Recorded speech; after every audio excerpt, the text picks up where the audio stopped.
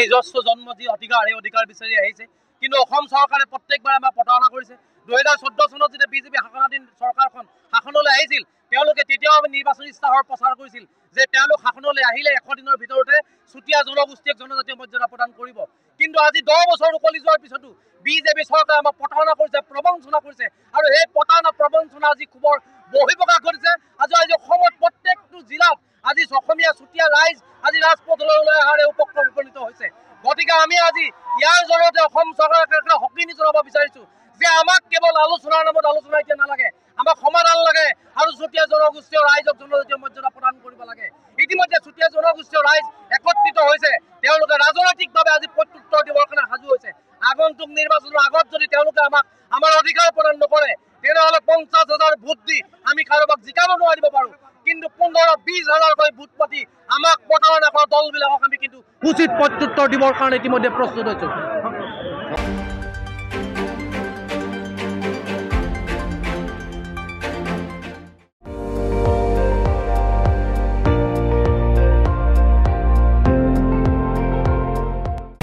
আপুনি চাই আছে ND24 সৰ্বশ্ৰেষ্ঠ নহয় সৰ্বোত্তমৰ দৌৰ